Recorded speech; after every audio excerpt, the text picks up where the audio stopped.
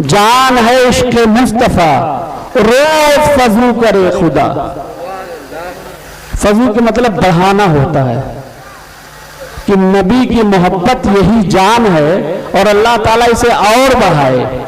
کہتے ہیں جان ہے عشق مصطفیٰ روز فضو کرے خدا, جسے ہو درد کا مزہ نازے دوا اٹھائے کیوں, جسے ہو درد کا مزہ نازے دوا اٹھائے کیوں, پھر کے گلی گلی تباہ پھو کریں سب کی کھائے کیوں, دل کو جو عقل دے خدا تیری گلی سے جائے کیوں. آئیے ہم تمامی حضرات مل کر اپنے اور ساری کائنات کے مرکز عقیدت کی بارگاہ میں ایک مرتبہ پھر درود و سلام کا نذرانہ پیش کر لیں. اللہم صلی علی سیدنا مولانا محمد بارک وسلم صلاۃ و سلاما علیک یا رسول اللہ صلی اللہ تعالی علیہ وسلم.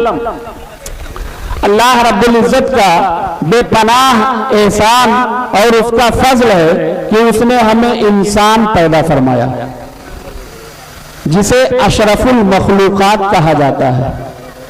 مخلوقات میں سب سے افضل و اعلیٰ, سب سے اشرف, سب سے بہتر و بالا, اور اس کا کرم بالائے کرم دیکھو کہ اس نے اپنے سب سے افضل نبی, سب سے افضل پیغمبر کی امت میں ہمیں پیدا فرمایا. یہ خدا کا اس سے بڑا فضل اور احسان ہے. لیکن پیارے سنو, اللہ نے ہمیں اپنی محبوب کی امت میں پیدا فرمایا لیکن ہمیں بے مہار نہیں چھوڑا, ہمیں ایسے ہی نہیں چھوڑ دیا, بلکہ اللہ رب العزت نے ہمیں کچھ قانون عطا فرمایا ہے, ہمیں کچھ طریقہ عطا فرمایا ہے, کچھ اصول عطا فرمایا ہے, کچھ نیم دیا ہے. ہم ان اصول اور طریقے پر چلتے رہیں گے, اگر اس نیم کی پابندی کرتے رہیں گے تو دنیا میں بھی کامیاب رہیں گے اور آخرت میں بھی کامیاب رہیں گے. اگر ان اصولوں سے ہٹ کر ہم چلیں گے, اگر ان نیم اور قانون سے پھر کر ہم چلیں گے تو دنیا بھی خراب کریں گے اور آخرت بھی خراب کریں گے. اللہ رب العزت نے قرآن حکیم میں ارشاد فرمایا, اے ایمان والو بچاؤ اپنے آپ کو, یا ایھا الذین آمنوا قوا انفسکم واہلیکم نارا, اے ایمان والو بچاؤ اپنے آپ کو اور اپنے اہل و عیال کو جہنم کی آگ سے. قرآن کہہ رہا ہے خود بچو اور اپنے اہل و عیال کو, اپنے گھر والوں کو, اپنے رشتہ داروں کو جہنم کی آگ سے بچاؤ. کیسے بچائیں گے؟ قرآن کہہ رہا ہے کہ یہ ذمہ داری ہے ہر اس فرد کی جو گارجین کی حیثیت رکھتا ہے, جو سرپرست کی حیثیت رکھتا ہے. اگر کبھی وہ باپ ہے, کہیں وہ شوہر ہے, کہیں وہ دادا ہے, کہیں وہ بڑا بھائی ہے, اسے یہ چاہیے کہ خود بھی اپنے آپ کو بھی جہنم کی آگ سے بچائے اور اپنے اہل و عیال کو بھی جہنم کی آگ سے بچائے. مثال کے طور سے آپ خود نماز کی پابندی کیجئے, اپنے گھر والوں کو بھی نماز کی پابندی کروائیے. خود بھی روزے کی پابندی کیجئے, اپنے گھر والوں کو بھی روزے کی پابندی کروائیے. خود بھی اعمال خیر اچھے اعمال کیجئے, اپنے اہل و عیال سے بھی اچھے اعمال کرنے کے لیے کہیے. یہ ہے قوا انفسکم واہلیکم نارا, خود اللہ کے بتائے ہوئے اصول و قوانین پر عمل کرو, اور جو تمہارے اہل و عیال ہیں, جو تمہارے گھر والے ہیں, رشتہ دار ہیں, تمہارے قریبی ہیں, ان سے بھی جو ہے جہنم کی آگ سے انہیں بھی بچانے کی کوشش کرو. انہیں بھی تاکید کرتے رہو نماز پڑھنے کی, روزہ حج اور زکات کی تاکید کرتے رہو, اعمال صالحہ کی تاکید کرتے رہو, تو انشاءاللہ خود بھی جہنم کی آگ سے بچ جاؤ گے اور تمہارے اہل و عیال بھی جہنم کی آگ سے بچ جائیں گے. اور پیارے میں آپ کو بتاؤں, صحابہ کرام رضوان اللہ تعالی علیہم اجمعین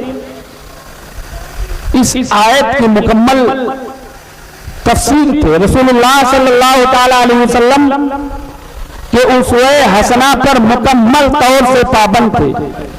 ایک صحابی حضرت دوجانہ حضرت ابو دوجانہ رضی اللہ تعالیٰ عنہ کا ذکر آتا ہے کہ حضرت ابو دوجانہ رضی اللہ تعالیٰ عنہ آقا کریم صلی اللہ تعالیٰ علیہ وسلم کی اقتداء میں آپ کے پیچھے روز نماز فجر ادا کرتے، نماز فجر ادا کرنے کے بعد دعا میں شرکت نہیں کرتے، گھر چلے جاتے۔ ایک دن ہوا، 2 دن ہوا، 4 دن ہوئے، کئی دن گزر گیا، ابو دوجانہ آقا کی اقتداء میں نماز فجر ادا کرتے ہیں۔ نماز فجر ادا کرنے کے بعد جب سلام پھیرتے ہیں، سلام پھیرنے کے بعد دعا میں شرکت نہیں کرتے ہیں، اپنے گھر چلے جاتے ہیں۔ صحابہ نے دیکھا کہ ابو دوجانہ کا کیا طریقہ ہے، ابو دوجانہ دعا میں شرکت نہیں کرتے ہیں، یہ پہلے ہی کیوں چلے جاتے ہیں؟ آقا صلی اللہ تعالی علیہ وسلم کی بارگاہ میں صحابہ کرام حاضر ہوتے ہیں، یا رسول اللہ ہم کئی دنوں سے دیکھ رہے ہیں کہ ابو دوجانہ نماز فجر میں تو آتے ہیں، آپ کے ابتدا میں نماز فجر ادا کرتے ہیں، لیکن یا رسول اللہ صلی اللہ تعالی علیہ وسلم سلام پھیرنے کے بعد ابو دوجانہ دعا میں شرکت نہیں کرتے ہیں، سیدھے اپنے گھر چلے جاتے ہیں۔ پیارے، میں آپ کو بتانا یہ چاہ رہا ہوں کہ دیکھیے ان کی زندگی کیسے اپنے اہل و عیال کو جہنم کی آگ سے بچا رہے ہیں۔ حضرت ابو دوجانہ کا جب یہ معمول تھا، صحابہ آقا کی بارگاہ میں عرض کرتے ہیں، یا رسول اللہ ابو دوجانہ دعا میں شرکت نہیں کرتے ہیں۔ میرے آقا نے حضرت ابو دوجانہ کو بلایا اور میرے آقا فرماتے ہیں، اے ابو دوجانہ میں نے سنا ہے کہ تم نماز فجر تو پڑھتے ہو میرے پیچھے، لیکن دعا میں شرکت نہیں کرتے ہو۔ اے ابو دوجانہ کیا وجہ ہے؟ تم پہلے کیوں چلے جاتے ہو؟ جو ہے پہلے کیوں مسجد سے نکل جاتے ہو؟ تو حضرت ابو دوجانہ عرض کرتے ہیں، یا رسول اللہ میرے مکان سے لگا ہوا ایک یہودی کا مکان ہے، میرے آقا صلی اللہ تعالیٰ علیہ وسلم وہ میرے پڑوسی ہیں، اور ان کے گھر کے اندر ان کے آنگن میں ایک کھجور کا درخت لگا ہوا ہے۔ میرے آقا اس وقت کھجوریں پکی ہوئی ہیں، رات کو جب ہوا چلتی ہے تو میرے آقا صلی اللہ تعالیٰ علیہ وسلم وہ درخت بالکل میری دیوار سے لگا ہوا ہے، رات میں جب ہوا چلتی ہے تو وہ کھجور جو ہے ٹپک کے ہمارے آنگن میں گر جاتے ہیں۔ اے میرے آقا میرے چھوٹے چھوٹے بچے ہیں، یا رسول اللہ صلی اللہ تعالیٰ علیہ وسلم میں نماز فجر پڑھنے کے بعد سلام پھیرتا ہوں تو اس خوف سے، اس ڈر سے دعا میں شرکت نہیں کرتا ہوں کہ اگر مجھے تاخیر ہوئی، مجھے لیٹ ہوا، ہم دیر ہو گئے، میرا کوئی بچہ نیند سے بیدار ہو گیا، جاگ گیا، اگر اس نے اٹھا کر کوئی کھجور اپنے منہ میں رکھ لیا، کھا لیا، تو یا رسول اللہ میں آپ کے سامنے، اپنے پروردگار کے سامنے کیا جواب دوں گا؟ اے میرے آقا صلی اللہ تعالیٰ علیہ وسلم میں اسی خوف سے دعا میں شرکت نہیں کر پاتا ہوں، دعا میں شامل نہیں ہوتا ہوں، تاکہ یا رسول اللہ میں یہاں سے جاتا ہوں پہلے اپنے اس یہودی بھائی کے کھجور کے درخت سے گری ہوئی کھجوروں کو چنتا ہوں، اکٹھا کرتا ہوں، ایک ٹوکری میں لے کر اپنے پڑوسی کو دے دیتا ہوں، پھر اپنے بچوں کو بیدار کرتا ہوں، اپنے بچوں کو جگاتا ہوں۔ یا رسول اللہ یہی وجہ ہے کہ میں دعا میں شرکت نہیں کر پاتا ہوں۔ پیارے دیکھو، سوچ دیکھیے، فکر دیکھیے، ہے نا؟ اور اس دور ہمارا ماحول ہوتا تو ہم کہتے کیا کریں ہم بھائی، جب گر جاتا ہے ہمارے آنگن میں، بچے ہیں کون روک لے گا؟ ذرا سا فکر دیکھیے اسلام نے کیا فکر دیا ہے، اسلام نے کیا سوچ عطا فرمایا ہے۔ کہتے ہیں یا رسول اللہ صلی اللہ تعالیٰ علیہ وسلم یہی وجہ ہے کہ میں سوچتا ہوں کہیں میرا کوئی بچہ ایک کھجور اٹھا کے اپنے منہ میں نہ ڈال لے، اس لیے کہ میرے آقا ایک بار ایسا ہوا ہے کہ مجھے تاخیر ہوئی تھی، میرے ایک لڑکے نے ایک کھجور اٹھا کے اپنے منہ میں ڈال لیا اور اسے کوچ بھی ڈال رہا تھا، قریب تھا کہ وہ اسے نگل جاتا، تب تک میں پہنچ گیا، لیکن اے میرے آقا میں نے انگلی ڈال کے اپنے بچے کے منہ سے اس کھجور کو نکال دیا تھا تاکہ بچے کو بھی پتا رہے کہ جب وہ اس لائق ہو جائے، جب اس کے بھی اہل و عیال ہو تو خود بھی جہنم کی آگ سے بچے اور اپنے اہل و عیال کو بھی جہنم سے آگ سے بچائے۔ تو پیارے یہ اسلام ہے جس نے یہ نظریہ دیا ہے کہ اے ملت کے لوگوں، اے مسلمانوں، اپنے آپ کو جہنم کی آگ سے بچاؤ اور اپنے اہل و عیال کو بھی جہنم کی آگ سے بچاؤ۔ تو پیارے یہ ہر شخص کی ذمہ داری ہے، ایسا نہیں ہے کہ آپ کا لڑکا نماز نہیں پڑھتا ہے یا اس کے اندر کوئی کمی ہے شرعی، آپ یہ کہہ کر بچ جاؤ گے کہ ارے یار وہ اس کے ساتھ ہے وہ میرے ساتھ نہیں۔ قرآن نے کہا ہے خود بچو اور اپنے اہل و عیال کو جہنم کی آگ سے بچاؤ۔ پیارے، یہ اسلام، یہ قرآن کا نظریہ ہے کہ اپنے آپ کو بھی بچاؤ اور اپنے اہل و عیال کو بھی جہنم کی آگ سے بچاؤ۔ اور پیارے، میرے آقا صلی اللہ تعالی علیہ وسلم کی زندگی ہمارے لیے نمونہ حیات ہے، نمونہ زندگی ہے۔ ہم رسول اللہ کی زندگی کو دیکھ کر اگر عمل کرتے رہیں تو انشاءاللہ دنیا میں بھی کامیاب رہیں گے اور آخرت میں بھی کامیاب رہیں گے۔